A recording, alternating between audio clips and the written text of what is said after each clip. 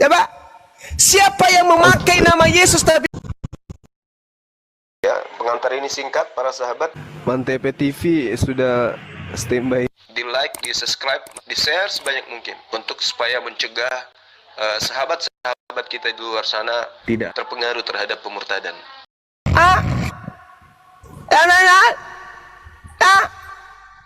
Siapa yang memakai nama Yesus tapi bukan anak Maria, bukan anak manusia? Siapa? Paulus anak manusia, Bung. Siapa yang memakai namaku tetapi bukan anak manusia? Kata Yesus, penyesat.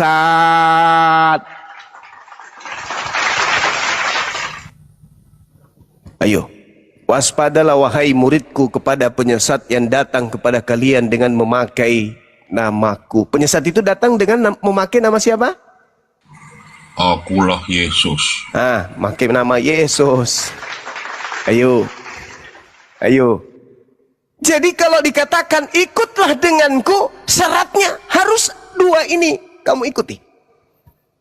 Jika kamu sudah melakukan dua hal ini, kata Yesus, datanglah kemari dan ikutlah denganku. Apakah saudara Kristen sudah melakukan segala perintah Elohim? Nehine himri ceketum berjahe.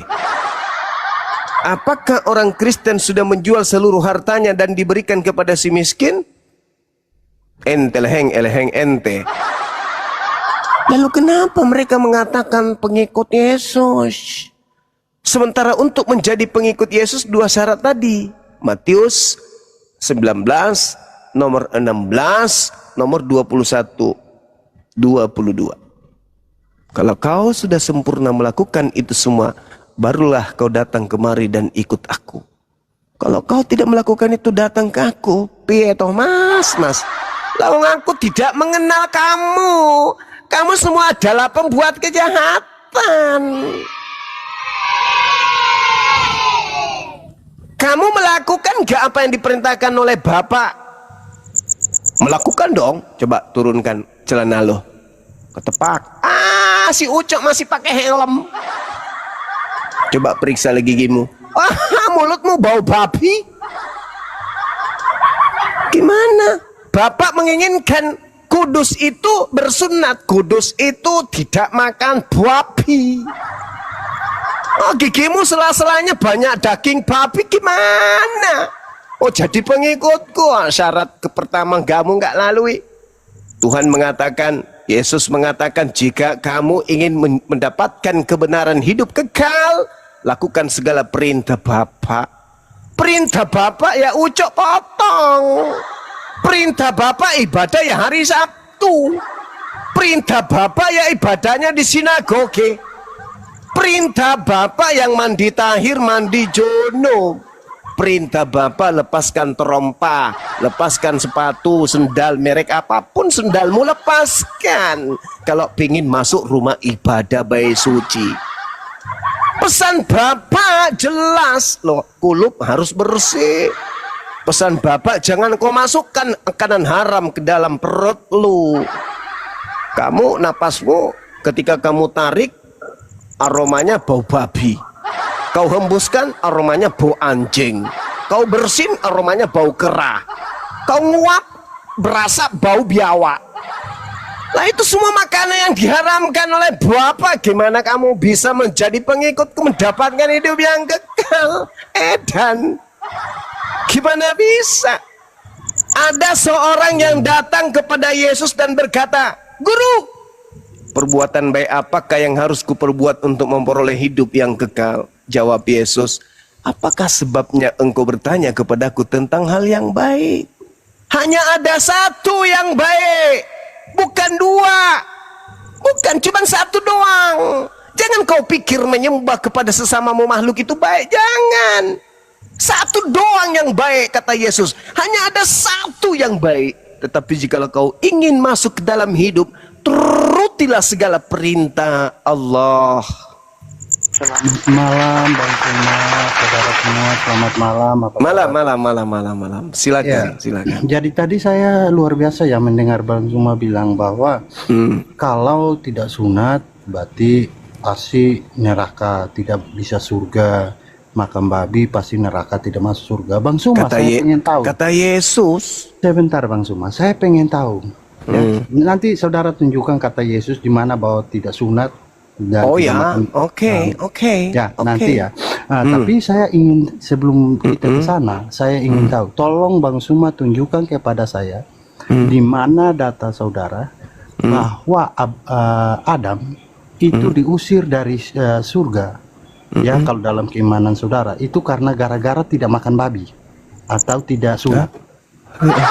Ada nggak datanya? Siapa yang Sehingga mengatakan kita itu, bisa, Bang? Loh, Yang- kan yang- tadi yang- Bang Suma bilang, tadi Yang Bang Suma mengatakan bilang. itu siapa? Loh, tadi Bang Suma bilang. Bang. Bang Suma tadi bilang Ngomong apa tadi, Bang Suma? kalau tidak masuk tidak sunat itu tidak masuk surga. Terus kalau itu makan kata babi, Yesus. makan babi tidak masuk surga. Maka saya minta datanya. Yesus Datanya yang di mana? mengatakan Tolong itu, Bang Suma, Cahayu, tunjukkan Matius kepada 19. Itu Yesus yang mengatakan, bukan aku. Sekarang saudara bilang kata Yesus ya, kita buka ya, saudara. Ya, Kita buka Matius Ya. 19. yes. Bentar ya. Hmm. Berarti yang tadi Bang Suma ambilnya dari kata Yesus ya? Iya dong, kata Yesus itu. Ya. Matius 19 Ayat 16, Paman. 16. Iya. Ada seorang datang kepada Yesus dan berkata, "Guru, perbuatan baik apakah yang harus kuperbuat untuk memperoleh hidup kekal?" Iya. Udah, itu aja. Masih kurang jelas? Saya buka 17. lagi. Loh, tadi Anda minta 16. Kan belum selesai, Cahayu. Ini datanya ya. Iya. Ini datanya. Ada Iya. seorang, ini permintaan Bang Suma ya. Ya, Anda yang minta, bukan saya kok. Ada seorang. Anda Ingat kan yang minta. Yesus bilang kalau makan babi Hmm. tidak sunat masuk neraka ya. Itu kata Yesus, bukan kata Iya, saya. kata Yesus. Ada seorang datang kepada Yesus dan berkata, "Guru, perbuatan baik apakah Hmm. ya yang harus kuperbuat Hmm. untuk memperoleh hidup yang kekal?" Ini di sini aja. Kan tadi Yesus. Ini Kan nggak ada Yesus yang perkataan. berkata. Ini bukan perkataan Yesus, saudara. Kan itu ditanya Yesusnya. Lalu perkataan Yesusnya di ayat berapa? Nomor berapa? Loh, tadi Anda bilang ayat 16 Kan perkataan bisa Yesus. kau Gimana? geser ke nomor 17-nya. Jangan bodoh kali, bah. Udah, turunkan host. Kayaknya sudah gila permanen ini. Kau turunkan. Dibawa aja, Bang, dibawa. Jangan mempermalukan saudara Kristen. Kan saya tadi menjawab, bukan aku, tapi Yesus. Mana dalilnya? Lawang dimulai dari nomor 16 toh. Kan ditanya. Nah, tuntut itu harusnya kau cari. Mana ucapan Yesusnya? Ya nomor setelahnya, Cahayu. Apakah sebabnya engkau bertanya kepada aku tentang apa yang baik? Hanya satu yang baik. Tetapi jikalau engkau ingin masuk ke dalam hidup, turutilah segala perintah Allah. Ada nggak perintah Allah jangan makan babi? Ada. Gitu aja kok repot. Ada nggak perintah untuk bersunat? Ada, perjanjian kekal malah itu. Dan Yesus berkata, barang siapa yang meniadakan setitik pun dari hukum Taurat meskipun yang paling terkecil. Nah, ada nggak dalam hukum Taurat larangan makan babi? Ada. Ada nggak yang menghilangkan? Ada. Siapa? Paulus. Maka menurut Yesus, Paulus itu masuk ke dalam mana? Neraka apa di surga Paulus ini menurut Yesus?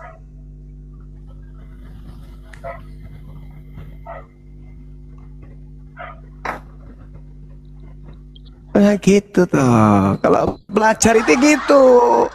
Jangan memperbodoh diri. Oh, kalau bodoh dipelihara itu bisa-bisa ujungnya jadi gendeng, edan. Gitu loh. Gitu aja kok. Gampang itu. Dipahami itu yang tertulis di Bible. Jangan mempersulit diri dengan dogma. Barang siapa yang meniadakan hukum Taurat meskipun yang paling terkecil, lalu mengajarkan kepada orang lain melakukan hal yang sama, Tempatnya di mana menurut Yesus? Oke, Juma. Ya, Mungkin tempatnya saya di mana? ingatkan ya. Oke, ayo kita debat. Yuk. Ya, jangan emosi Tidak tapi ada ya, gunanya Bang. ya. Siapa Jangan- mau masuk neraka, Juma? Siapa yang mau? Oke, pertanyaan saya tadi, Bang. Surat Apakah Maryam 71 5. apakah Juma, Paulus siapa yang mau masuk neraka? apakah Paulus Siapa yang mau masuk neraka? Orang meniadakan gila. hukum Taurat meskipun yang paling terkecil? Orang gila yang mau masuk neraka. Akan ditanya. Maryam ditanya. 71 jawab dulu itu. 72-nya jelas Islam masuk surga. Lagu lama itu. Gak usah nangis lah. Ini pertanyaan serius loh. Pertanyaan bukan menghina ini. Ini pertanyaan menggugah hati. Kalian kan saudaraku punya intelektual. Kalian kan punya logika. Berpikirlah. Kata Yesus itu apa? Barang siapa? Berarti siapapun. Siapapun. Apakah Nabi Muhammad menghapus hukum Torah? Meniadakan hukum Torah? Tidak. Kok tidak, Bang? Kenapa kalian bisa makan onta? Ya tidak dong, karena tidak ada Taurat datang kepada Nabi Muhammad. Yang dikatakan Taurat itu datang kepada Nabi Muhammad, kalau Taurat itu diperuntukkan untuk beliau. Taurat itu hanya untuk Bani Israel, Bani Yakub. Paulus Bani Yakub enggak? Bani Yakub Paulus itu. Filipi 3 nomor 5. Jelas dia mengaku bahwa dia adalah keturunan Benyamin, anak Yakub. Berarti Paulus itu adalah keturunan Yakub, keturunan Israel. Ada enggak dia meniadakan itu? Meniadakan? Ya tadi. Saya bukan pengecut, saudaraku. Yang meniadakan hukum Taurat itu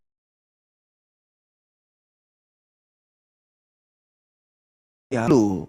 Kalau Nabi Muhammad tidak ada hubungannya Nabi Muhammad dengan Taurat. Memang Taurat itu bukan untuk Nabi Muhammad. Jadi tidak ada Taurat bagi Nabi Muhammad, itu tidak masuk dalam kategori. Karena Taurat itu bukan untuk nabiku. Taurat itu hanya untuk Paulus. Nah, adakah Paulus kemudian meniadakan hukum Taurat yang untuk dirinya ini meskipun yang paling terkecil? Kata Paulus, jangankan yang paling terkecil, Bang. Di dalam kitab Roma, catatanku, bab 6 nomor 14, pengikutku tidak lagi hidup berada di bawah hukum Torah. Berarti bukan cuma yang terkecil ditiadakan oleh Paulus, Bang, tapi seluruhnya. Maka renungkanlah. Masa lebih percaya Paulus daripada Yesus? Renungkan itu. Masa kami umat Islam yang lebih percaya Yesus daripada kalian? Ya, saya kira begitu, rekan-rekan sekalian, sahabat-sahabat sekalian. Mudah-mudahan apa yang kita sajikan pada malam hari ini bisa dijadikan sebagai edukasi. Kalau ada kata saya yang kurang berkenan, saya minta maaf. Yang pada intinya tujuan saya hanya memberikan edukasi, memberikan argumentasi sebisa mungkin bisa menggugah hati supaya kita bisa belajar. Bukan menghina, bukan menista, atau mengajak kita untuk intoleransi, enggak. Agama Kristen, agama yang memiliki amanat agung, beritakanlah Bible kepada seluruh makhluk. 2, jadikanlah seluruh manusia menjadi pengikutku. Islam, ud'u ila sabili rabbika bil hikmah. Kita kemudian dilindungi oleh negara untuk berpendapat di depan umum, menyampaikan kemudian di depan umum hal-hal yang menurut kita itu wajar untuk diperbincangkan. Islam dengan membawa etika Islam dengan membawa etika hikmah.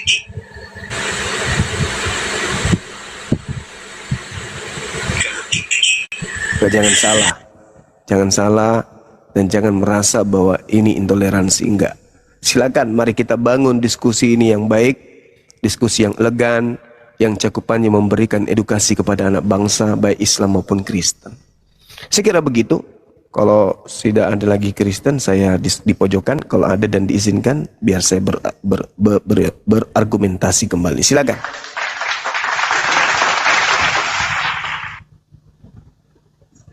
Markus. Kita cerita sedikit kan dari tadi ini Paulus yang diceritakan. Ini lagi. Lanjut bang. Oke. Jadi saya akan sedikit cerita ya, bahwa sebenarnya telah terjadi pembodohan berabad-abad bangsa Roma terhadap budaya Kristen. Oke, kita akan cerita sedikit sejarahnya kawan-kawannya. Jadi begini kawan-kawan ya, Paulus itu kembali mentahirkan dirinya setelah dia melakukan ajarannya atau menyebar ajarannya. Ini saya akan cerita sedikit kenapa, apa sebenarnya yang membuat Paulus ini menyatakan ketemu dengan Yesus ya, lalu menarik banyak pengikut. Begini sejarahnya kawan-kawan ya, kita kan baik-baik ya. Sayang sekali literasi dari buku James Harold Duck dalam bukunya Roman and Gospel telah di cancel di internet ya, kecuali kalau Anda bisa bobol linknya ya. Oke, jadi saya cerita begini kawan-kawan ya, kenapa budaya Kristen tidak pernah bertanya kenapa sih Paulus telah mengajarkan ajarannya lalu pulang kembali ke Yahudi mentahirkan diri ya. Nah, jadi begini kawan-kawan, Paulus ya itu tidak pernah memerintahkan ya para pengikutnya untuk memberitakan atau mengimani surat-suratnya. Tidak pernah tercatat dalam sejarah Paulus ya dengan ke-13 suratnya itu memerintahkan murid-muridnya untuk atau pengikutnya memberitakan atau mengimani ya. Yang menyuruh memberitakan mengimani surat-surat Paulus itu nanti bapak-bapak gereja di abad keempat. Sekarang pertanyaannya, pernahkah kita bertanya seperti ini ya, kenapa sih Paulus itu yang tadinya Farisi, yang tadinya seorang pembunuh ya, murid-murid Yesus ya, lalu berbalik percaya kepada Yesus, menyatakan percaya kepada Yesus. Nah, begini ceritanya saudara ya. Saya bongkar-bongkar aja ya. Kawan-kawan, sebenarnya ini lama saya simpan, tapi saya bongkar saja supaya kita paham apa sebenarnya yang kita bahas-bahas dalam Bible itu ya. Jadi sudah terjadi pembodohan berabad-abad kawan-kawannya tentang Paulus ini. Saya ulang ya, Paulus hanya menyuruh memberitakan Injil di Galatia 1:8-9, tidak pernah menyuruh memberitakan surat-suratnya atau mengimani surat-suratnya. Itu nanti diperintahkan Bapak-bapak gereja di abad keempat. Jadi begini kawan-kawan ya, di masa itu terjadi pergolakan besar ya, pergolakan besar di mana ibu Kaisar Nero bernama Agripa itu ingin mendudukan saudara tiri ya, Kaisar Nero mengganti Nero. Lalu Agripa pada saat itu menemui Paulus ya, menemui Paulus untuk mencari cara bagaimana caranya menggulingkan Kaisar Nero ya. Lalu Paulus berkata kepada ibunya Kaisar Nero, Agripa, dia berkata begini ya, saya ini adalah murid dari Imam Gamaliel ya. Saya ini adalah lulusan dari sekolah ya, salah satu sekolah Yahudi yang dipimpin oleh Imam Gamaliel ya, yang bermazhab Bet Hillel ya. Nah, silakan nanti dipelajari apa itu Bet Sami, apa itu Bet Hillel. Jadi Paulus berkata begini sama ibunya Agripa, bagaimana kalau saya menarik pengikut dari umat Kristen? Mengingat umat Kristen adalah umat yang pada masa itu mempunyai pengikut begitu banyak. Jangan dipotong dulu bang, saya edukasi, saya membagi ya. Saya katakan kepada saudara, apa yang saya sampaikan ini tidak pernah kalian dapatkan. Karena kenapa? Literasinya ditutup di internet ya. Saya angkat dari buku karangan James Harold Duck, seorang ahli eskatologi Kristen, seorang sejarawan Kristen yang kini bukunya yang berjudul Roman and Gospel ditutup di internet. Dengar kalian, profesor kalian pun ya tahu sekalipun tidak akan pernah memberitahu hal ini kepada kalian. Kenapa saya menceritakan ini ya, supaya kalian paham sejarah kalian seperti apa.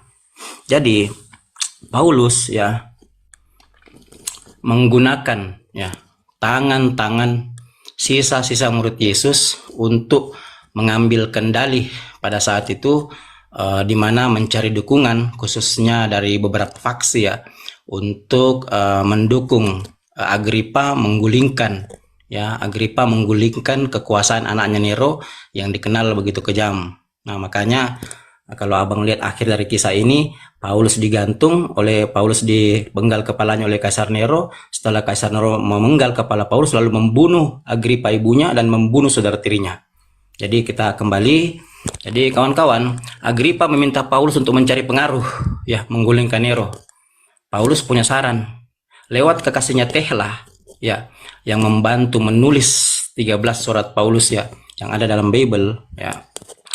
Tehla menyarankan untuk mengambil alih kekuatan Kristen di masa itu dengan membuat satu kisah di mana Paulus dinyatakan ketemu dengan Yesus. Jadi sebenarnya kisah itu adalah kisah hoax yang dibuat oleh Paulus untuk menarik jemaat Kristen. Saya ulang ya.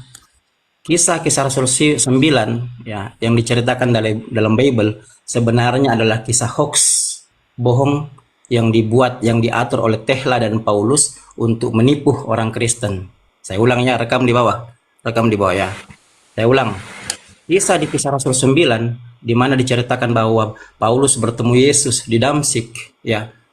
Itu adalah kisah hoax, kisah yang dikarang-karang hasil dari tipu muslihat atau kesepakatan 3 orang, Tehla, Paulus dengan Agripa, ya. Ya, Bang Eno, kalau tidak setuju dibantah ya, Bang Eno. Kristen kan Bang Eno ya? Pastilah. Saya aman. Iya, tapi kan dia. Selamat Tapi malam. izinkan diteruskan dulu nanti setelah Teruskan aja. selesai, ya, ini ilmu. Dongengnya. Iya, dongengnya Selesai diteruskan. dulu, habis itu Dongeng. saudara kita tanggapi, ya. Silakan Bang, Ya. lanjut aja Bang. Aduh, Bang. Lanjut dulu, Bang. Oke, profesor Anda saja, ya, Anda sampai tingkat S3 pun, Anda tidak akan mendapatkan apa yang saya sampaikan ini hari. Ya, Anda lihat saya berani open cam. Kalau saya berbohong hoax, Anda bawa saya ke pengadilan. Saya pegang datanya, ya, paham ya? Nggak Terus perlu, sekali Bang. lagi. Nggak perlu. Makanya Abang jangan potong saya, Bang. Saya bukan berbicara sama Anda, tapi saya berdiskusi sama kawan-kawan Islam Islam yang dibawa. Saya memberikan kajian agar mereka mampu, ya, membentengi akidahnya dari proses-proses pemurtatan dengan kajian yang saya lakukan. Saya ulang ya. Jadi Agripa menemui Paulus untuk meminta solusi, ya. Bagaimana caranya kita bisa menggulingkan anak saya ini yang begitu kejam, ya. Ya, jadi Agripa ingin menggulingkan kekuasaan Kaisar Nero lalu mendudukan saudara dari Nero menggantikan Nero, ya. Makanya ujungnya itu setelah memenggal Paulus, Kaisar Nero membunuh ibunya Agripa dan membunuh saudara tirinya. Nah, begini kisahnya, ya. Jadi tahun 49, ya, tahun 48-49, ya, masa transisi antara Kaisar Claudius pergi ke Kaisar Nero. Agripa itu membujuk Paulus untuk menyusun kekuatan, ya, bagaimana caranya supaya bisa dibantu untuk menggulingkan Nero. Oleh kekasih Paulus, Tehla, ya. Tehla memberi saran kepada Paulus untuk mencoba mempengaruhi umat Kristen yang pada saat itu kekuatannya kurang lebih 30.000 orang, ya. Terutama dari faksi Selot dengan faksi Iseni. Jadi orang-orang Kristen pada masa itu punya 2 kekuatan besar. Yang pertama itu dari faksi Selot, yang kedua faksi Selot ini adalah faksi yang dipimpin Yesus Barabas, ya, faksi yang paling ekstrim, ya. Yang kedua faksi Iseni. Tapi kekuatannya karena masih kurang, ya, menurut Agripa masih kurang. Kalaupun digabung semua, ya, maka Paulus disarankan untuk membawa nama Kristen keluar di kota-kota selain Israel untuk menggalang kekuatan.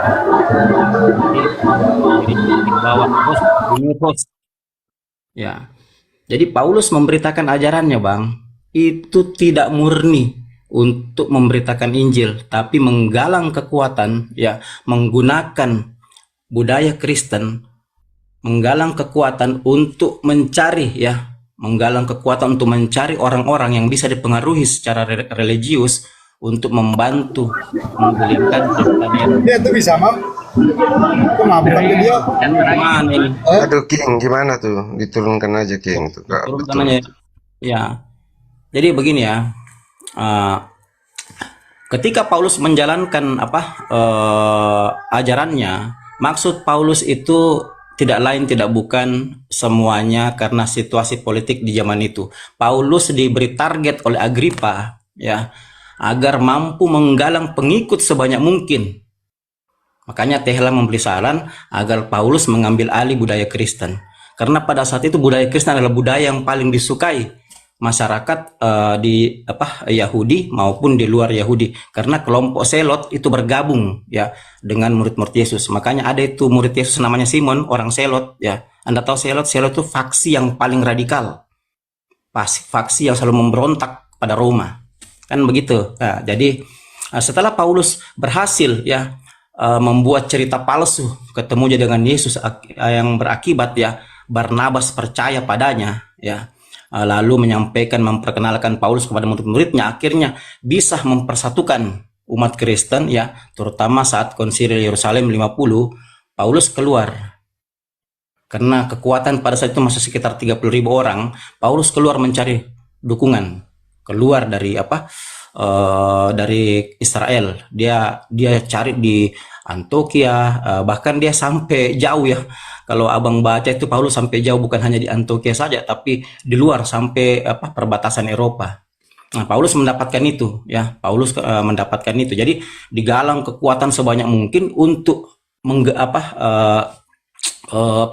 menggulingkan Nero. Tapi sialnya Paulus, ternyata Nero lebih pintar. Nero jauh-jauh lebih pintar politik. Nero memfitnah Paulus membakar kota Roma. Sebelumnya Nero memfitnah Paulus membakar sebagian kota Yerusalem. Kedua kalinya Nero memfitnah Paulus membakar kota Roma. Membuat sebagian kota ya itu marah terhadap Paulus. Lalu Nero mengambil kesempatan ini untuk masuk menyerbu orang-orang Kristen. Sayang sekali kisahnya ditutup ya. Jadi kekuatan pada saat itu diperkirakan antara 50.000 lawan 30.000 ya orang-orang Kristen ya. Nah, di sini ya Paulus tertangkap. Paulus tertangkap oleh Nero ya, lalu Paulus digantung. Karena tidak mati digantung, Paulus diturunkan lalu dipenggal lehernya. Jadi ini kawan-kawannya cerita sebenarnya. Nah, setelah Paulus dipenggal, lalu Nero membunuh ibunya Agripa dan membunuh saudara tirinya. Jadi poinnya ya, saya tidak bisa ceritakan semua karena terlalu panjang, karena Bang Zuma mau lanjut diskusi ya. Jadi poinnya, Anda telah dibodohi oleh satu cerita ya yang berabad-abad, yang lanjut. sesuai dengan sejarah. Saya lebih suka mendengarkan abang daripada saya diskusi dengan teman kita Kristen untuk malam ini. Silakan lanjut aja. Materinya ini menarik sekali. Lanjut.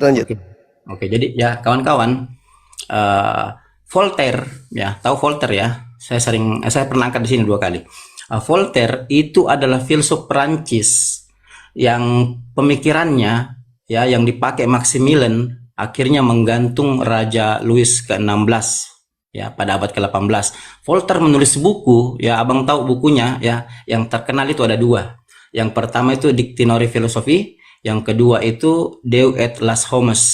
Jadi kedua buku ini ya berbicara tentang apa? Nah, dengar yang di bawah ya, dengar. Kedua buku ini berbicara tentang apa? 1, Bible penuh dengan kekejaman. 2, Bible penuh dengan konflik moral. 3, Bible tidak koheren dengan sejarah. 4, Bible tidak sesuai dengan sains dan teknologi. Kita ambil poin yang ketiga ya. Bible tidak koheren dengan sejarah. Kenapa Voltaire menulis itu? Karena Voltaire tahu kisah Paulus. Voltaire tahu bahwa Paulus itu hanya mengarang cerita di Kisah Rasul 9 yang tercatat dalam Bible. Kenapa Voltaire katakan bahwa Bible tidak koheren dengan sejarah? Kenapa Voltaire katakan bahwa Bible tidak sejalan dengan sejarah? Karena hampir semua yang diceritakan dalam Bible adalah kisah hoax, terutama di Perjanjian Baru, terutama kisah Paulus. Makanya Paulus dikaburkan nasabnya, siapa bapaknya, siapa ibunya, ya, siapa kakeknya, siapa saudara-saudaranya, siapa pacarnya, siapa istrinya. Padahal Paulus punya istri yang bernama Tehla. Tadinya kekasihnya, akhirnya menjadi istrinya. Kenapa dikaburkan semua ini? Karena kalau ini dibuka, ketahuan Paulus berbohong di Kisah Rasul 9 ayat 4. Jadi kisah itu adalah kisah hoax yang dibuat oleh Paulus atas anjuran Tehla. Sayang sekali kawan-kawan, literasinya ditutup habis-habisannya, tidak bisa lagi kita akses. Padahal buku ini buku karangan James Horaldak yang pada saat itu yang mengguncang iman Kristen, hanya ditutupi di media, dilakukan propaganda ya terhadap ilmuwan, sehingga tulisan-tulisan mereka terpaksa harus dibungkam. Tapi ya alhamdulillah saya masih sempat membacanya dan saya simpan sekian lama ya. Saya pikir ini salah satu hal yang fundamental sebenarnya yang tidak boleh dibuka ya, karena mengguncang iman Kristen pada umumnya. Tapi saya akan bongkar saja supaya kita paham sebenarnya apa itu Bible. Makanya saya pernah bilang berkali-kali bahwa Bible itu hoax, kisahnya kisah hoax ya. Semua tokoh-tokohnya bisa dipastikan ya tidak sesuai dengan sejarah. Jadi Bible dalam Paulus dalam Bible ya, saya pernah bilang tokoh fiktif ya, beda dengan Paulus asli, karena Paulus asli itu berjuang membantu Agrippa untuk mengkudeta Kaisar Nero, tapi diceritakan dalam Bible lain. Nah, makanya Voltaire mengarang buku ya, Dictionary Philosophy, memprotes keras bahwa Bible buatan Roma tidak sejalan dengan sejarah. Kenapa? Voltaire tahu bahwa kisah Paulus sebagian adalah hoax. Itu poinnya kawan-kawannya. Silakan dibeli bukunya. Judul bukunya Dictionary Philosophy. Yang pertama, yang kedua judul bukunya adalah Deus et las hommes, bahasa Prancis yang artinya Tuhan dan manusia. Anda beli ya supaya Anda paham bahwa Bible Anda itu hoax. Yang kedua, buku karangan Profesor Dr. Thomas Hobbes ya, ahli filsuf ya, Master Theologia Orientalis Kristen di abad ke-17. Beliau mengarang buku yang berjudul Leviathan. Saya ulang, buku karangan Thomas Hobbes judulnya Leviathan. Anda baca di bab 3 dan bab 4. Di situ Voltaire menjelaskan ya bahwa klaim ilahi yang diceritakan di Bible itu dipastikan hoax, tidak sesuai dan bukti historikal. Kenapa? Thomas Hobbes tahu bahwa kisah-kisah yang diceritakan dalam 13 surat Paulus adalah hoax. Ya, saya ulang.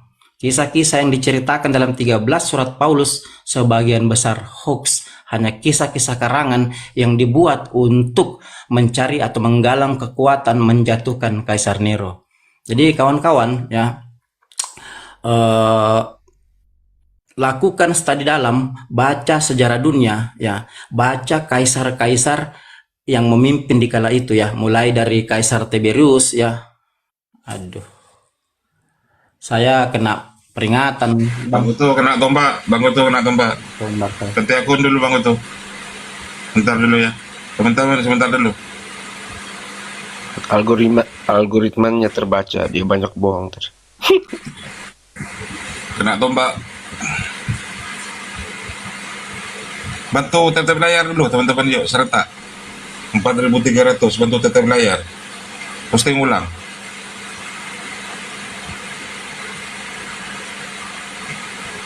Bang Baal, monitor Bang Baal.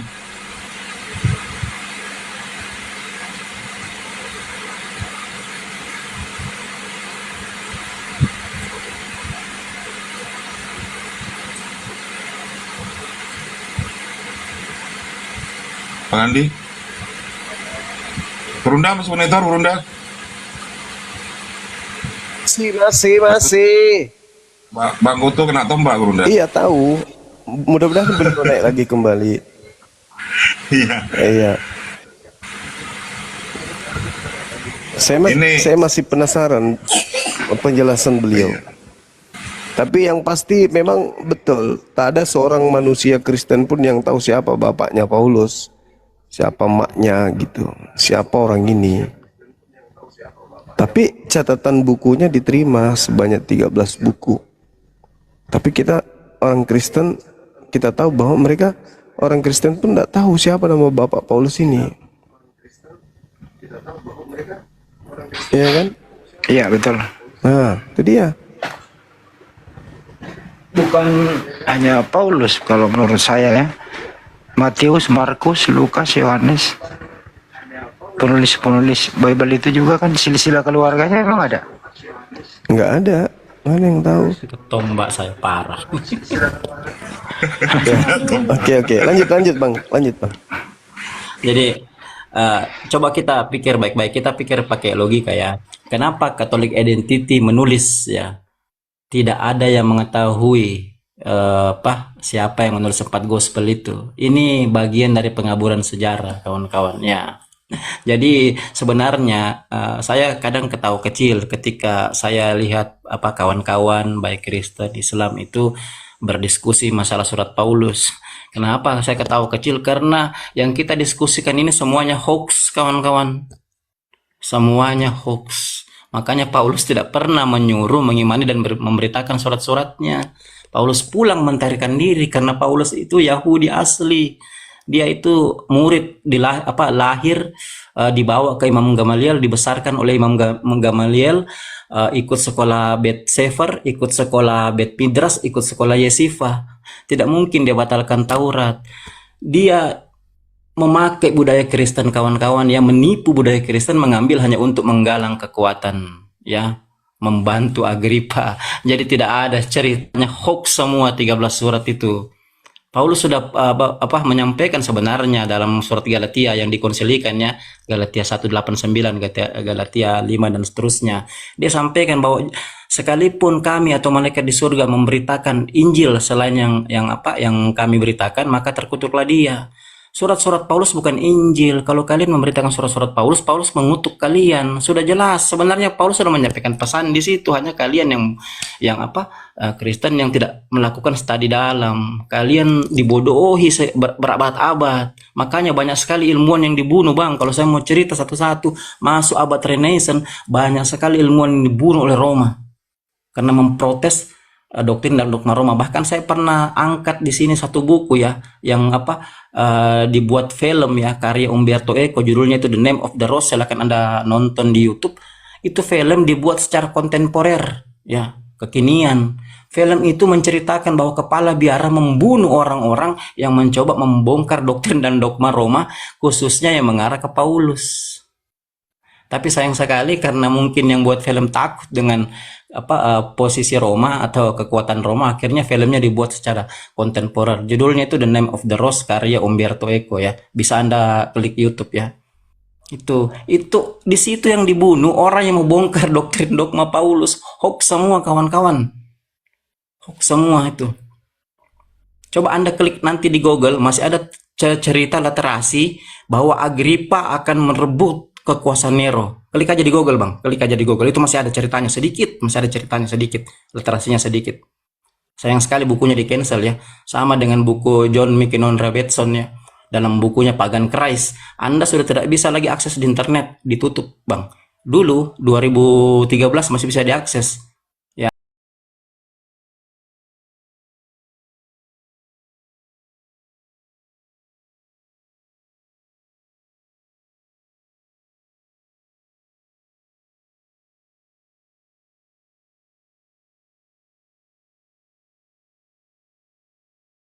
Ditutup semua, Bang.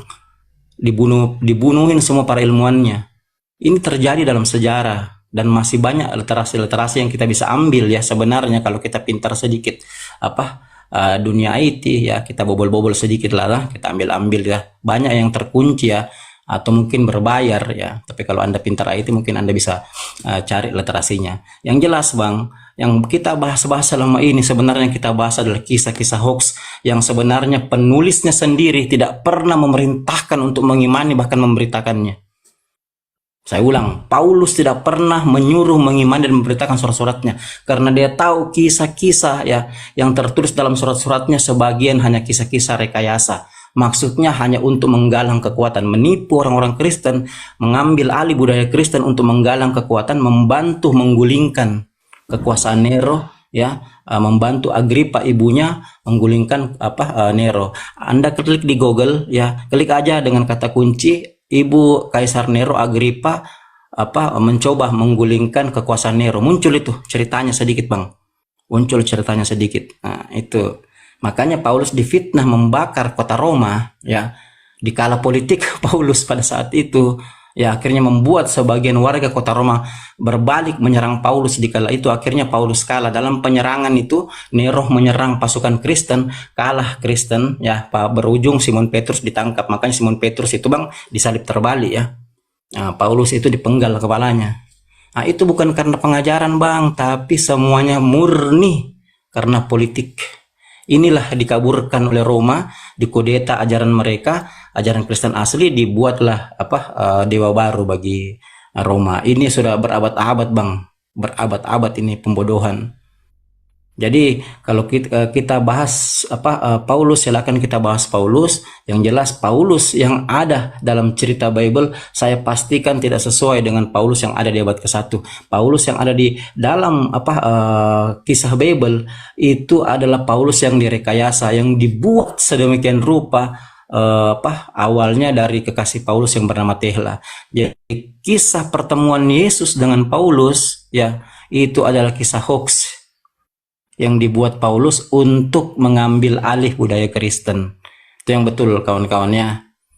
Jadi umat Kristen selama ini sudah dibodohi turun-temurun oleh satu budaya, satu peradaban yang kita sebut dengan Imperium Roma.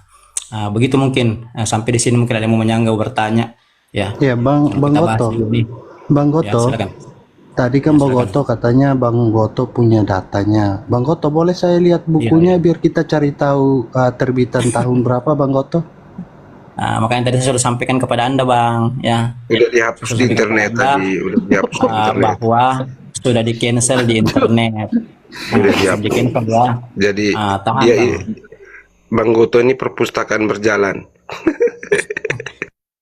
Jadi kalau abang mau lihat cerita penggulingan kekuasaan ya, antara Agripa ke Nero, ibunya Agripa ini adalah ibunya Nero. Nero membunuh ibunya karena kalah. Paulus kalah ya. Paulus ini Bang Goto. Paulus ini adalah penasehatan dulu Bang.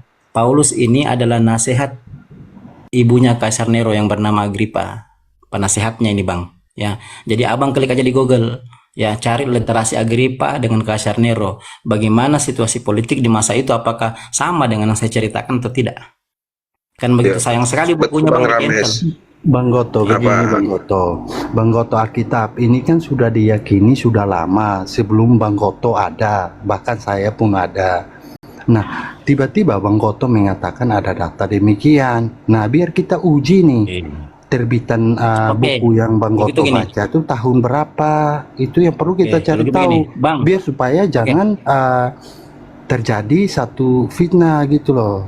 Kalau buku Bang Goto terbitannya tahun 2000 ya nggak imbang lah. Bang Goto Alkitab sudah diyakini jauh-jauh hari ya. Jadi gini Bang, begini, ilmuwan itu menulis buku Bang tidak serampangan Bang. Seorang ilmuwan, apalagi seorang profesor doktor, itu menulis buku mesti ada bukti-bukti empirisnya. Berdasarkan bukti-bukti empiris, berdasarkan bukti-bukti arkeolog, termasuk manuskrip. Jadi mereka tidak sembarang nulis Bang. Kalau mereka sembarang nulis ya ujungnya di penjara. Bahkan mereka bukan di penjara, banyak yang dibunuh. Kan begitu. Bang Goto, nah sekarang Bang Goto. Tadi saya sebutkan beberapa judul buku ya. Hanya ingin bercerita untuk menghibur diri nggak apa. Kalau untuk menghibur diri aja nggak masalah. Tahan dulu Bang. Tapi dengerin aja dia ngomong dulu. Dengar dulu Bang. Tadi saya sudah menyebutkan beberapa judul buku. Ya, alhamdulillah kalau abang bisa dapat literasinya. Saya ulang ya. Judul yang pertama yang di-cancel di internet, karya seorang ahli eskatologi Kristen bernama James Horaldak. Judul bukunya Roman and Gospel. Satu, Anda cari ya. Yang kedua, buku karangan seorang filsuf besar yang pemikirannya menggantung Louis XVI. Ya, Perancis ya. Judul bukunya ada dua Bang. Catat Bang, catat. Jangan cuma dengar, catat. Yang pertama, Dictionary Philosophy. Yang kedua, Deu Atlas Homes. Catat Bang, catat ya. Catat ya. Buku yang ketiga karangan Thomas Hobbes ya, seorang orientalis Kristen, master teologi di abad ke-17. Judul bukunya Leviathan. Nah, catat Bang, catat Bang. Untung kalau Anda dapat ya. Anda sekolah S3 pun teologi ya. Abad 17 saudara. Wah, luar biasa. Kalau abad 17 Al-Quran sudah ada tuh saudara. Nah, kalau di abad 17 Anda ini surat-surat Paulus sudah rangkum. Tadi Bang, saudara, saya sudah jelaskan kepada Anda baik-baik. Saudara, dulu. Abad 17 surat-surat Paulus sudah rangkum, saudara. Bang Rames, saya sebutkan tadi. Bang Goto ini ensiklopedia berjalan, ensiklopedia hidup ini Bang Goto ini. Dengar aja dia ngomong apa. Pangeran dulu. Anda tidak dengar tadi Dia saya bilang. mantan Kristen loh. Dia mantan Kristen loh. Satu sekarang malas. Dia mantan Anda Kristen. tidak dengar Luar tadi. Luar biasa. Luar biasa Bang Goto. Tepuk tangan. Anda tidak dengar saya bilang tadi, Bang. Kalau profesor mengarang buku, tidak serampangan, Bang. Mesti ada bukti-bukti empiris, mesti ada bukti-bukti arkeolog. Ketika Barbara Tering menulis buku Jesus and the Riddle of Dead Sea Scroll, ketika Barbara Tering, seorang pimpinan atau seorang rektor Univ Kristen Sydney, pendiri Univ Kristen Sydney, mengarang buku Jesus the Man setelah meneliti naskah Laut Mati selama 20 tahun, ya, dikatakan bahwa Yesus menikah, bahkan berpoligami, dua kali menikah dengan Maria Magdalena dan Lydia orang Filipi. Anda pikir Barbara Tering sembarang menulis buku? Tidak, ada bukti-bukti empirisnya. Ada bukti Dari 2 orang itu arkeolognya. punya anak nggak Bang? Bang Goto punya anak nggak? Ada, Bang, ada 3 anaknya. Anaknya yang pertama bernama Justus, yang kedua Tamar, yang ketiga Yudas. Bang Menurut Goto, Barbara Tering. Iya ya. Ya, Bang Goto. Berarti sia-sia dong Rasul kalau- Petrus, rasul-rasul itu mati dipancung, salib terbalik, sia-sia ya mereka. Bang Goto, kalau Bang Goto hanya untuk menghibur diri tidak masalah. Bang Goto boleh percaya tulisan, bahkan nanti tahun 2000 banyak boleh Bang Goto percaya. Tapi mohon maaf, jangan ajak-ajak kami Bang Goto, karena kami iya, saya percaya sudah kasih ada sesuatu juga bukunya, Bang. yang sudah turun temurun dari dahulu Bang Goto, jauh sebelum Bang Goto sebut sejarah-sejarah itu. Mohon maaf Bang Iya, Oke. Bang Jadi Rames. silakan saja. Dia berjalan ini, kita Untuk percaya menghibur, aja. untuk menghibur diri Iya, aja, tahan. nggak masalah ya. Oke, Nggak masalah. tahan Bang, saya jelaskan Anda ya, saya Atau jelaskan Anda. Dengar baik-baik. tadi Rames. saudara bilang Oke. abad Bang 17. Rames, ini Profesor Bang Goto, ini Profesor Iya, Harvard. ini, Profesor lulusan nggak masalah, Harvard nggak ini. masalah. Abad Ya, Anda mute 17. dulu. Bang Goto Ya, Anda lebih mute dulu, Bang. percaya, Bang Goto lebih percaya buku itu daripada kitab Bang Goto nggak? Oke, saya jelaskan Abang ya, saya jelaskan Abang. Oke, jelaskan Bang Oke, Goto. baik-baik ya. Dengar baik-baik, Bang. Naskah Laut Mati atau Dead Sea Scroll yang ditemukan di abad ke-20 ya, dalam kurun waktu 10 tahun 1947 hingga 1957, yang sekarang naskah itu total 981 naskah disimpan di Univ Hebrew dengan nama Siren the Book ya. Dengan nama Siren the Book, Bang, disimpan di sana. Abang tahu naskah itu dari tahun berapa? Bang Goto kalau ngerti mati- nggak pertanyaan saya ulangi ya. Oke. Bang Goto lebih Udah, makanya percaya saya jalan pelan-pelan. tulisan yang di abad 17 atau Bang Goto lebih percaya kepada Makanya kitab Bang dengar Goto? dulu, Bang. Saya belum selesai, Abang dengar dulu, Bang. Jangan dipotong. Ya. Siap. Naskah Laut Mati, aduh, Abang ini. Saya edukasi bukan hanya Abang yang dibawa. Naskah Laut Mati itu adalah naskah yang sudah ditulis 200 tahun sebelum Masehi hingga 200 tahun setelah Masehi. Ya, paham ya? Belum ada Kristen Anda, belum lahir Yesus. Naskah Laut Mati sudah ditulis. Paham ya? Jadi naskah Laut Mati, Dead Sea Scroll yang ditemukan di 11 Gua Kambran, itu naskah yang ditulis 200 tahun sebelum Masehi hingga 200 tahun sesudah Masehi. Paham ya? Naskah itu disimpan oleh faksi Yesus yang bernama Eseni. Naskah itu, Bang, terdiri dari 4 bahasa ya. Yang pertama bahasa Aramaik, kedua bahasa Ibrani, ketiga bahasa Arab, dan yang keempat bahasa Yunani sebagai bahasa pemersatu. Bang Goto, jadi Isa Almas ini tokoh fiktif ya? Bukan, Isa Almas tokoh fiktif, Bang. Siapa bilang Isa Almas tokoh fiktif? Sebentar, Bang. Dari kisah-kisah Bang Goto kan? Oke, tahan. Tanya, jadi Barbara Tering ya, salah seorang rektor atau pendiri Univ Kristen Sydney, meneliti naskah Laut Mati selama 20 tahun. Ya. Jadi naskah ini jauh-jauh hari sebelum Yesus lahir sudah ditulis, sampai 200 tahun setelah Yesus disangkakan terangkat ke langit, kan begitu ya. Jadi Barbara Tering meneliti ini lalu menulis 2 buku yang paling terkenal ya. Yang pertama itu judulnya adalah Jesus and the Riddle of Dead Sea Scroll, yang kedua Jesus the Man. Nah, Jesus and the Riddle of Dead Sea Scroll ini menceritakan kisah-kisah Isa sepanjang dia hidup dari naskah yang tertulis dari semua yang tertulis dari naskah Laut Mati yang totalnya 981 naskah. Barbara Tering mengarang buku Jesus the Man ini juga dari naskah Laut Mati yang ditulis ya di abad-abad itu ketika Yesus masih hidup ya.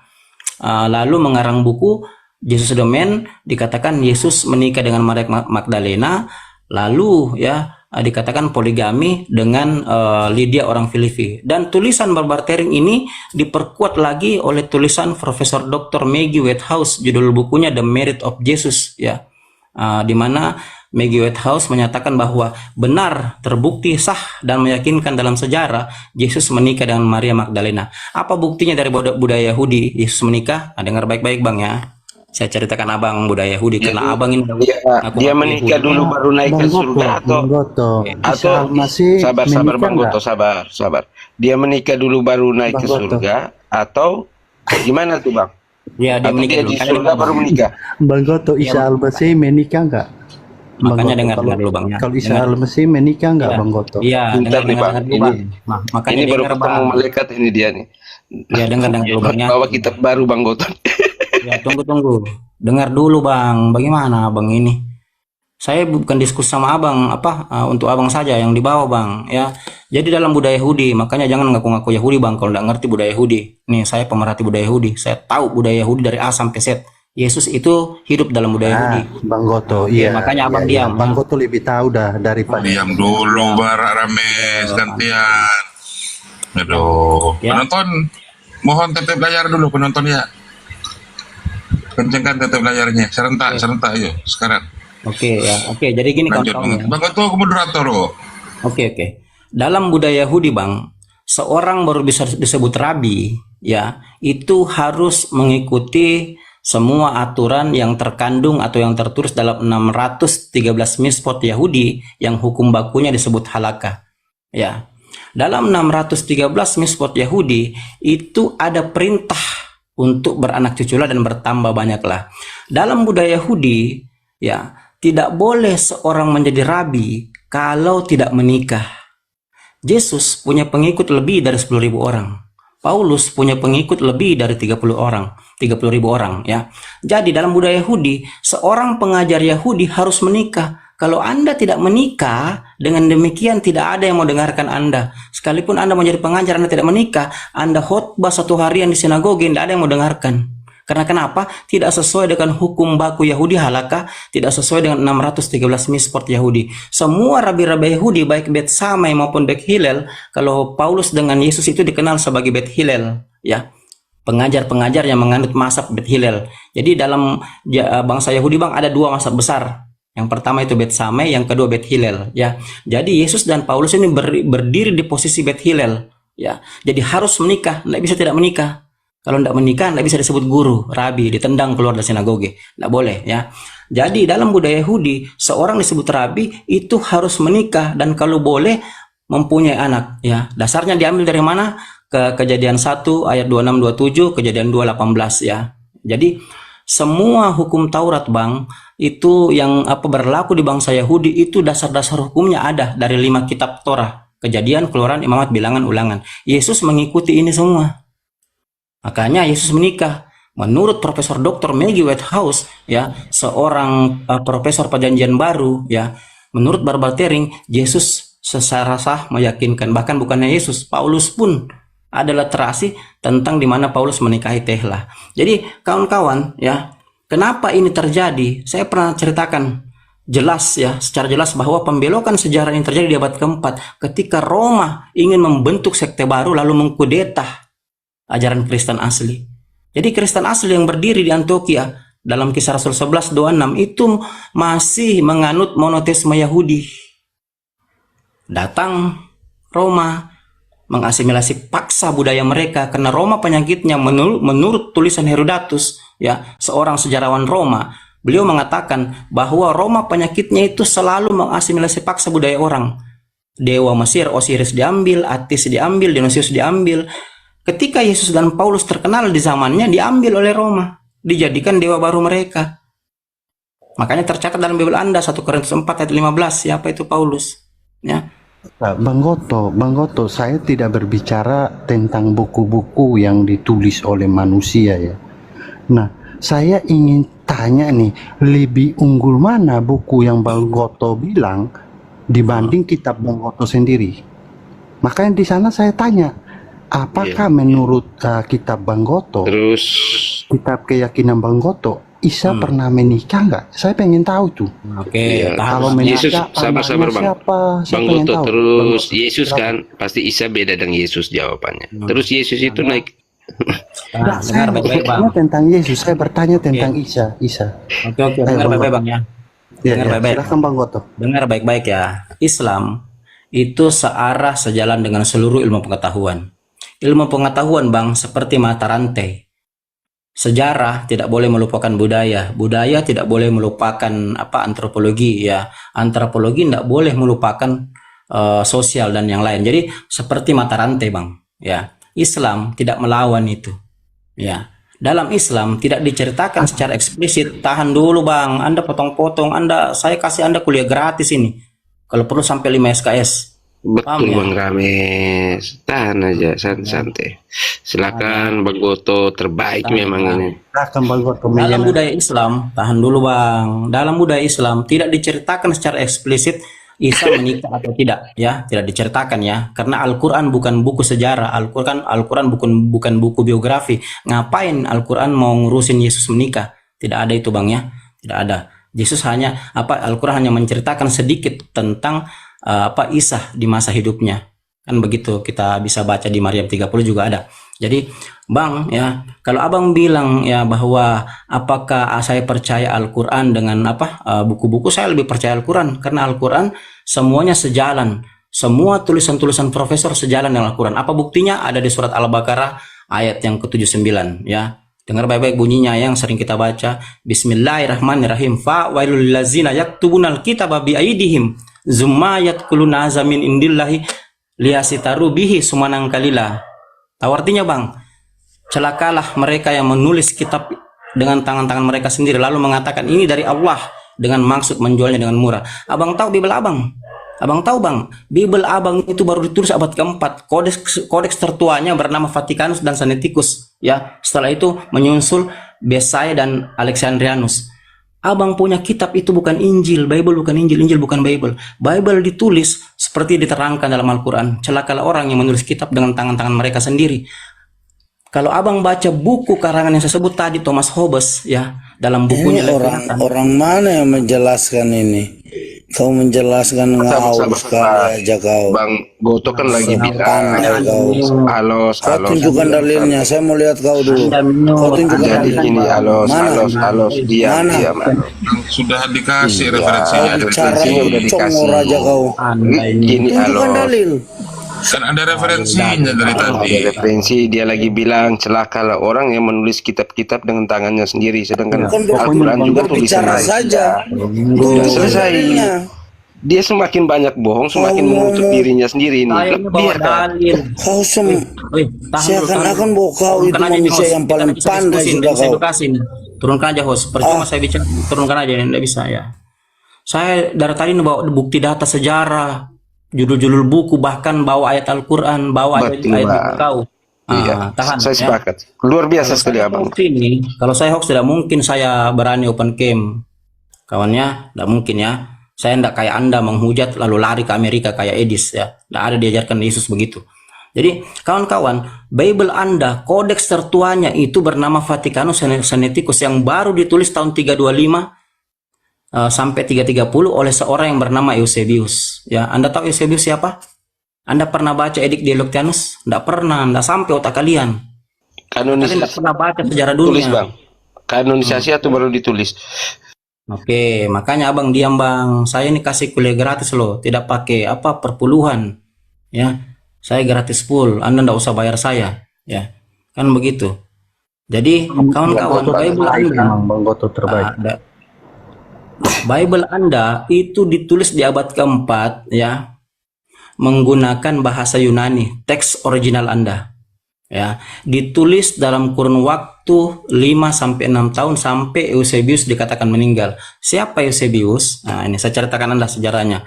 Eusebius yang menulis Kodeks Vatikanus ya, yang menjadi master kitab Anda adalah seorang uskup yang berasal dari Kaisarea. Tahu Kaisarea Bang? Kota di mana itu? Abang tahu enggak? Sebelum saya lanjut, Abang tahu Kaisarea itu kota di mana Bang? Abang tahu enggak? Bang Goto aja yang tahu pokoknya. Pokoknya Oke, semua berarti itu abang Bang tahu Goto ya. aja. Oke, makanya jangan bilang saya hoax, Ngomong Bang. apa aja kami percaya Bang Goto. Abang ngomong apa aja. Silakan Bang. Oke ya. Jadi Eusebius yang menulis kitab Anda, ya Codex Vaticanus itu adalah seorang uskup dari Kaisaria. Oke ya. Tahan. Abang ketawa-ketawa, Bang. Profesor Anda bawa ke sini, Bang. Dari tahun lalu saya tantang profesor Anda duduk satu meja bahas Bible dari sisi aksiologi. Nggak berani, Bang. Nggak mampu Bang, nggak Berani, mampu. ya. Makanya Profesor abang nggak diam. mampu lawan Bang Goto. Oke, abang diam ya. Jadi Kaisaria ini adalah kota pertengahan antara Haifa ya dengan Tel Aviv di Israel. Eusebius adalah uskup yang lolos dari genosida Edik Diocletianus. Jadi sebelumnya itu dilakukan genosida besar-besaran ya. Genosida besar-besaran yang dilakukan oleh Kaisar Diocletianus terhadap orang-orang Kristen. Ya, perintahnya Edik Diocletianus. Apa perintahnya, Bang? Abang pernah baca? Edik Diocletianus apa perintahnya coba? Enggak tahu kan lebih pintar dari saya. Coba. Silakan Bang Goto lanjutkan. Apa yang Bang Goto katakan saya percaya. Ya, jangan ketawa karena abang tidak tahu kan. Apa perintahnya? Satu, ya. Kalau orang Kristen tidak mau terima ajaran pagan, yang pertama saya lakukan adalah membakar seluruh gereja di wilayah jajahan Romawi. Karena pada saat itu Kristen memilih berjihad menjadi martir, Kristen tidak terima. Nah, keluar perintah kedua. Setelah gereja semua habis dibakar oleh Kaisar Diocletianus ya. Nah, karena orang Kristen tidak mau terima ajaran pagan, ya. Perintah kedua keluar. Hai orang Kristen, kata Diocletianus, kalian masih menolak tidak ajaran pagan? Nah, Kristen masih menolak lagi. Keluar perintah kedua, bakar seluruh kitab suci Kristen yang ada di wilayah jajahan Romawi. Makanya semua Injil-Injil Gnostik, Injil Maria, Injil Filipus, Injil Kristus, Injil Injil titik benge, Injil Nabi Ibrani dibakarin semua. Hilang tuh. Injil kalian hilang, dibakar sama Diocletianus. Perintah yang ketiga, ditawari lagi Kristen. Hai orang Kristen, apakah kalian masih menolak ajaran pagan? Kristen bilang, ya Kaisar, kami menolak, kami lebih memilih mati. Apa Bang perintah Goto, ketiga? minta izin ya. Jadi Codex Vaticanus tidak dibakar ya, hanya Injil yang lainnya. Oke. Tunggu sebentar Bang, sebentar. Abang tidak paham. Iya, perintah ketiganya, perintah ketiganya apa? Karena Kristen masih menolak ajaran pagan, perintah ketiganya bunuh semua orang Kristen yang ada di wilayah jajahan Romawi. Dibunuh semua Kristen. Bang yang ada di Goto, wilayah jajahan kita bagi peran aja Bang Goto, misalnya pemerintahnya saya yang rakyatnya. Jadi perintah Bang Goto, ayo bunuh semua. Oke, bunuh semua ya. Jadi Kaisar bunuh siapa Diocletianus saja Bang Goto? semuanya. Siap, Komandan. Tahan. Jadi Kristen Bang Rame semua. Tadi saya luruskan aja, jangan sampai dia lupakan dibakar Codex Vaticanus dibakar kan, ya, supaya dia satu jalur. Sabar ini, saya edukasi sejarah ini. Ya, gurunda kita aja itu dia mendengarkan itu. Masa Anda keluar-keluar ya, sementara ilmuwan Anda apa-apa. Sedang sementara beliau yang ilmunya tinggi, dia mendengarkan ya. Anda punya adab tidak? Ya. Jadi kawan-kawan. Betul. Lanjut, gas. Iya, beliau aja yang tinggi ilmunya dia. Kalian ini keluar-keluar potong-potong. Jadi perintah yang ketiga, dengar baik-baik ya. Karena orang Kristen masih masih menolak ajaran pagan, diperintahkan bunuh semua orang Kristen yang ada di wilayah yang Romawi, dibunuhin semua. Tersisa satu kelompok, Bang.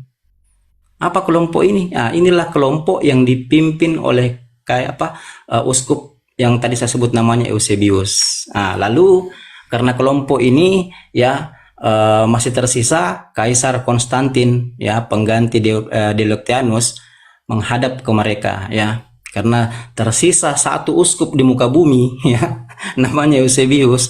Kaisar Konstantin menghadap Eusebius, membujuk Eusebius, lalu menyerahkan sejumlah uang.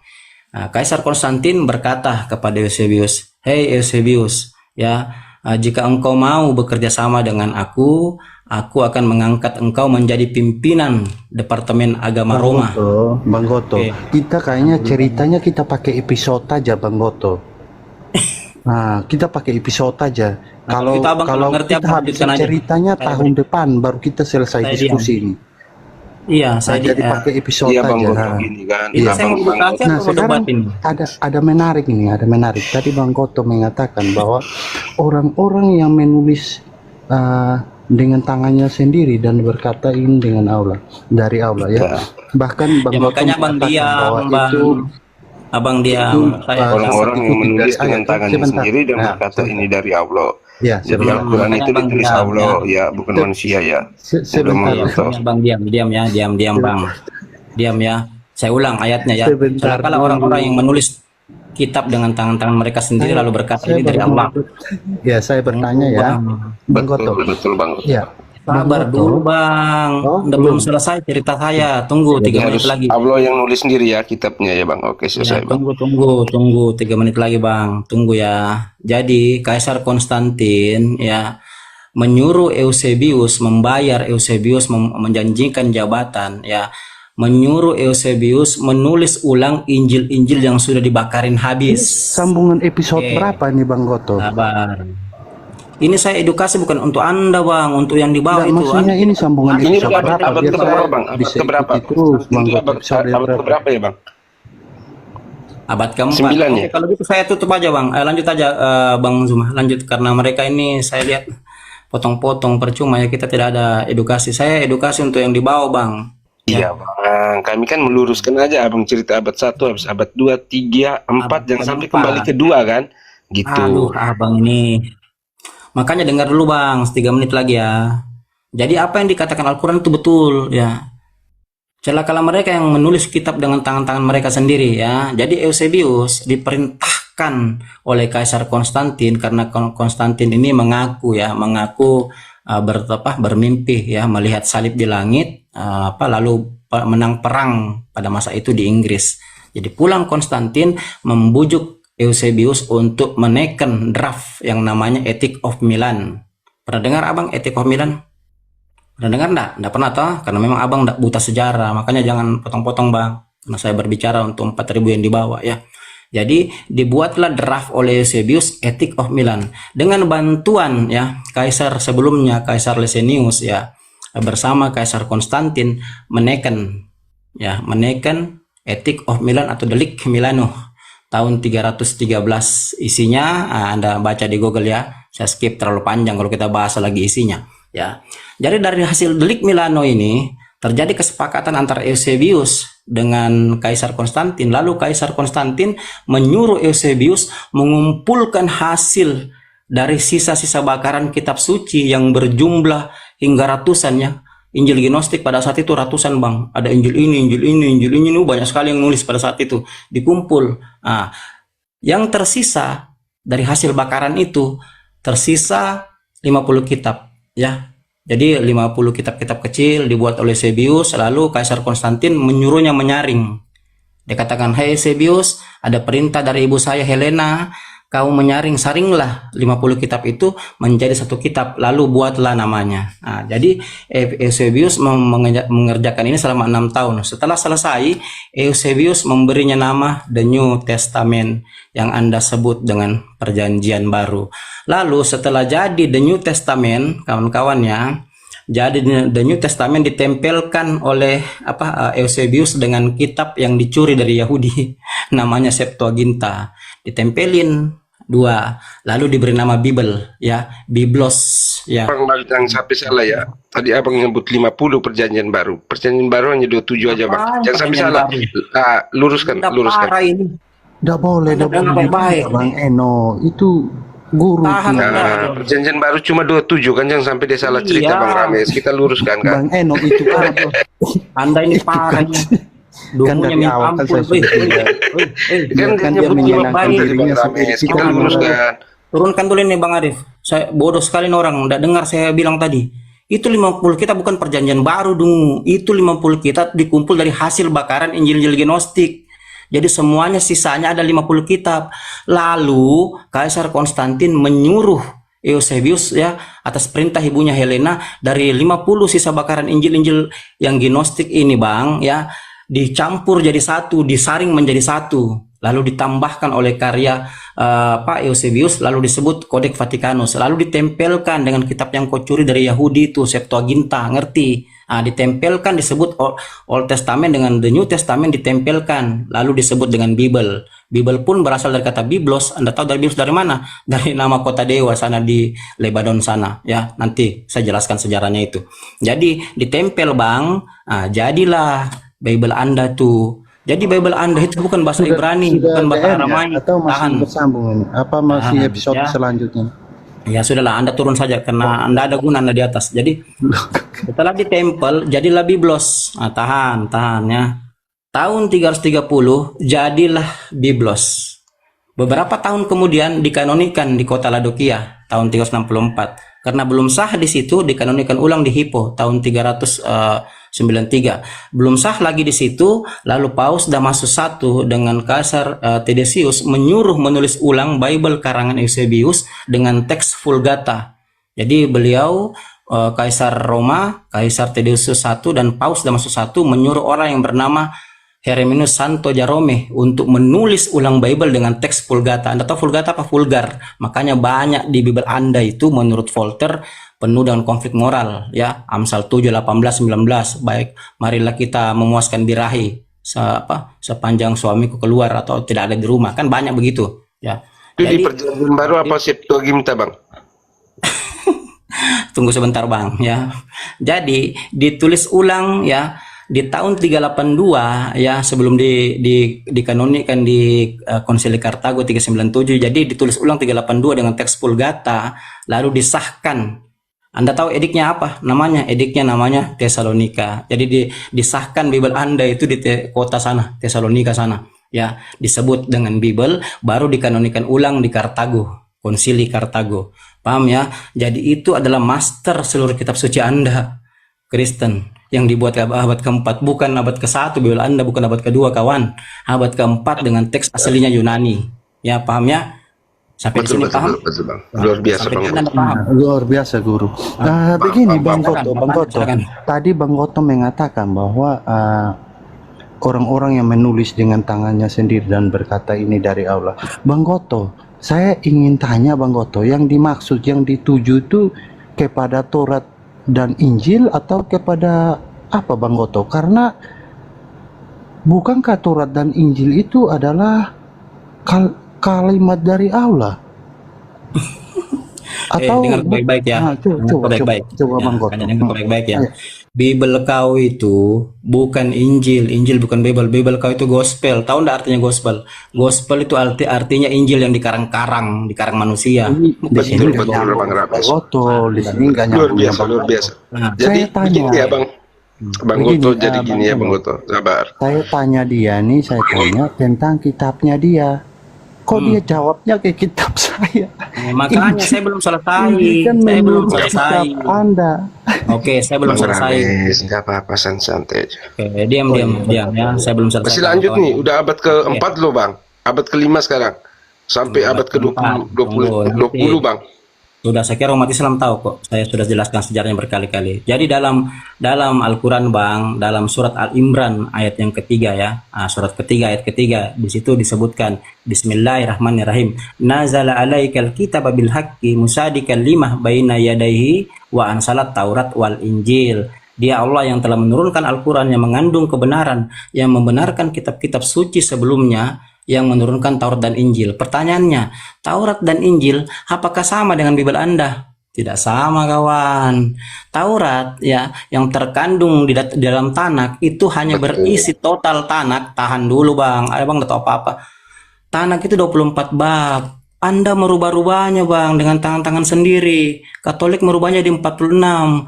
24 ke 46 bab. Berapa bab yang dirubah, Bang? Yang ditambahkan, pakai otak. 22, Bang. 22. Pakai otak, Bang.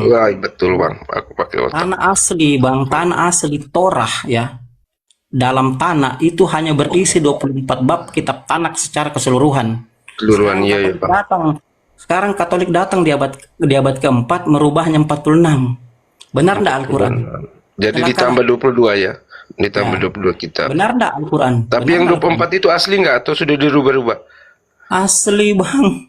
Oh, yang Tanak itu 24 bab, Bang. Perjanjian lama Anda sudah menambahkan tanak yang 24 bab menjadi 46. Dikurangi lagi datang ke komputer, dikurangi lagi 39. Dirubah Oh, enggak? jadi dari 46 itu 24-nya asli, 22-nya palsu ya, Bang?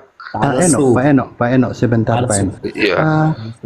Coba Pak Goto tolong bacain saya di Al-Kahfi 27 dong, tolong Pak.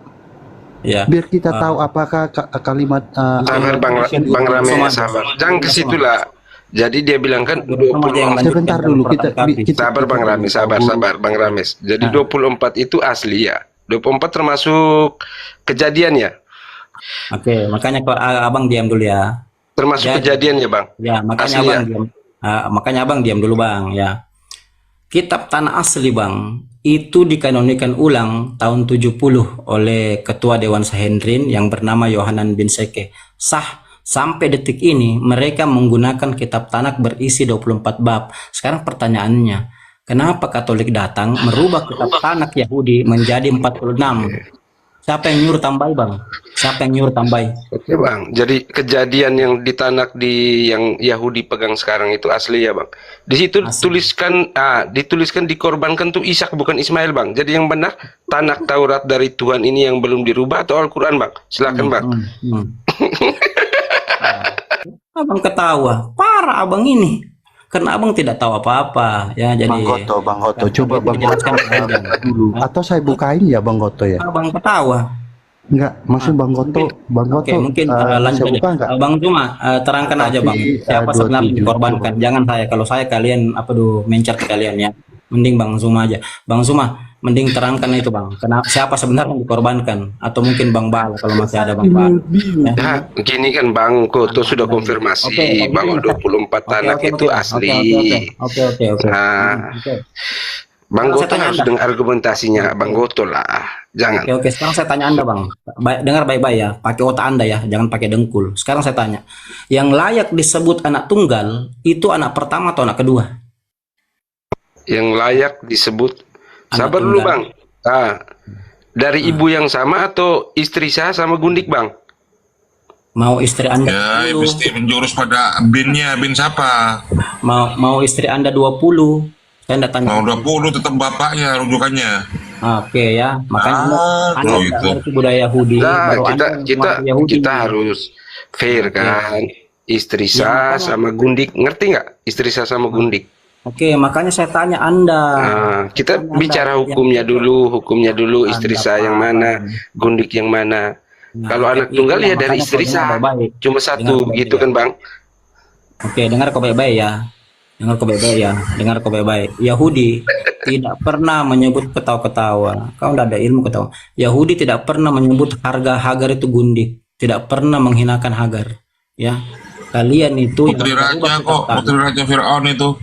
Hagar, Siti Hajar itu putri Ramses II, putri Raja Firaun yang kalian hinakan karena kedunguan kalian, kegoblokan kalian, ya, penulis kalian menghancurkan budaya Yahudi. Makanya kalau ada pendeta kalian khotbah depan Yahudi dilempar kalian, ditendang, diludahin. Kenapa? Karena putrinya Ramses ya, Bang. Wih, luar biasa. Nah, memang begitu. Anda tidak percaya nonton di YouTube tuh? Atau kita mau sama-sama ke depan Yahudi? Mau YouTube itu. Oh iya. Anda mau sama-sama mau melakukan riset? Hagar istrinya, apa anaknya Ramses, luar biasa. Kalau Anda mau lakukan riset, ayo. Bang Goto, tadi kan saya minta Bang Goto tolong dibacain Al-Kahfi 27. Ya itu, mungkin Ustaz Arif Bang Rames, kita ikuti alur berpikirnya Bang Rames. Jadi peradaban pertama itu peradaban Mesir ya, bukan Mesopotamia ya. Sejarah baru nih Bang Goto. Dungunya minta ampun kau itu. Kenapa Mesir? Siapa yang bilang Mesir? Tadi kan istrinya Ramses, anaknya Ramses, berarti sudah ada kerajaan Mesir. Di saat itu Abraham kan dari Ur Kasdim, kerajaan peradaban Mesopotamia. Jadi Mesopotamia dan Mesir ini didirikan bersama ya peradabannya. Kita belajar Ramses hanya ada satu Ramses, maksudmu gitu. Anaknya Ramses, berarti iya, Ramses berapa? Kau tahu? Ramses berapa, Bang? 2. Atau Ramses berapa, Bang? Parah bang ini. Dengar kau baik-baik ya. Peradaban tertua dunia itu bang bukan Mesir, tapi Mesopotamia, Irak. Oke, siap. Pada- Abraham hidup di zaman itu kan? Ya betul sekali. Hagar anaknya Ramses kan? Berarti ada peradaban Mesir juga kan bang? Makanya kau diam karena kau tidak ngerti. Ya. Parah bang ini ketawa-ketawa, dungunya minta ampun. Pakai otak bang. Sebelum ada lahir Abraham bang, peradaban Mesopotamia sudah ada. Dasar dung, pakai Iya, otak siap. bicara. Ketawa. Saya tanya, Anda kuliah tidak? Kuliah Anda? Anda punya titel? Saya kuliah bang, Silakan bang. Makanya kalau kuliah kenapa Anda dungu sekali? Peradaban Mesopotamia itu bang, jauh ada sebelum ada Abraham. Jauh ada lah, sebelum ada bang. Oke, siap. Aduh, parah. Terus? Jangan ketawa-ketawa bang, kalau nggak ngerti lah, nggak bagus bang. Iya, saya nggak ketawa bang, saya serius sudah nih. Kan begitu. Oke. Abang berpikir tadi, saya tahu jalan pikiran abang. Abang berpikir bahwa peradaban Mesopotamia itu ada setelah Abraham. Anda salah bang. Iya, Mesopotamia ada dulu baru ada Abraham. Oke, sepakat di situ. Ya, Lanjut. Abraham lahir bang, itu sudah peradaban kedua. Abang tahu apa peradaban kedua bang? Abang kan kuliah. Coba peradaban kedua itu apa bang? Di bawah Mesopotamia. Coba. Persia bang, Persia. Persia. Parah Iya, Bang. abang ini. Bagaimana abang mau diskusi dengan saya? Abang dungunya minta ampun. Oh iya bang. Silakan lanjut bang. Persia. Aduh, bang Mesir, Arif, Mesir. Mesir. Oh, Parah, Cina. Aduh, parah. Lihat teman-teman yang di bawah ya, nontonin orang dungunya minta ampun, ketawa-ketawa. Kan Hagar anak Ramses. Sekarang Mesopotamia habis, harusnya Mesir kan? Hagar anak Ramses. Oke, saya tanya ulang. Peradaban kedua tertua di dunia, ya yang pertama kan Mesopotamia, yang kedua peradaban. Mesopotamia.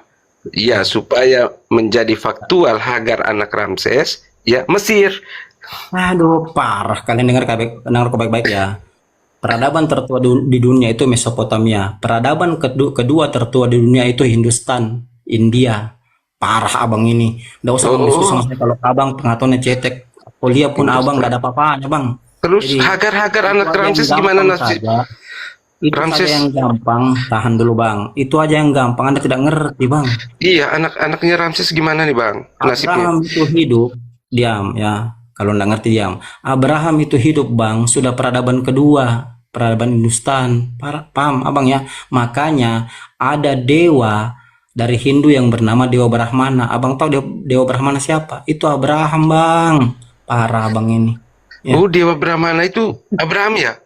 Iya Abraham sudah. Bang Arif atau Bang Zuma lanjut bang. Aduh saya malas diskusi kedua orang ini, tidak ada apa-apanya bang. Saya tutup kamera. Wih, dari tadi kita nggak diskusi. Wih, Bang Saya Rami tadi- sejarah baru. Brahmana Tadi tuh kita Abraham. belajar Luar dari biasa Bang ini. Goto tuh. Lagi nonton sinetron sih, lebih tepatnya. Dongeng ini buat aku nggak tidur. Lanjut bang. Saya malas diskusi sama orang dungu. Ya bang. Bang Goto, tadi episodenya kan sudah berakhir tuh. Sekarang kan saya kan Bang Goto kan yang bawa ayat, bilang orang-orang yang menulis kitab dengan tangannya sendiri.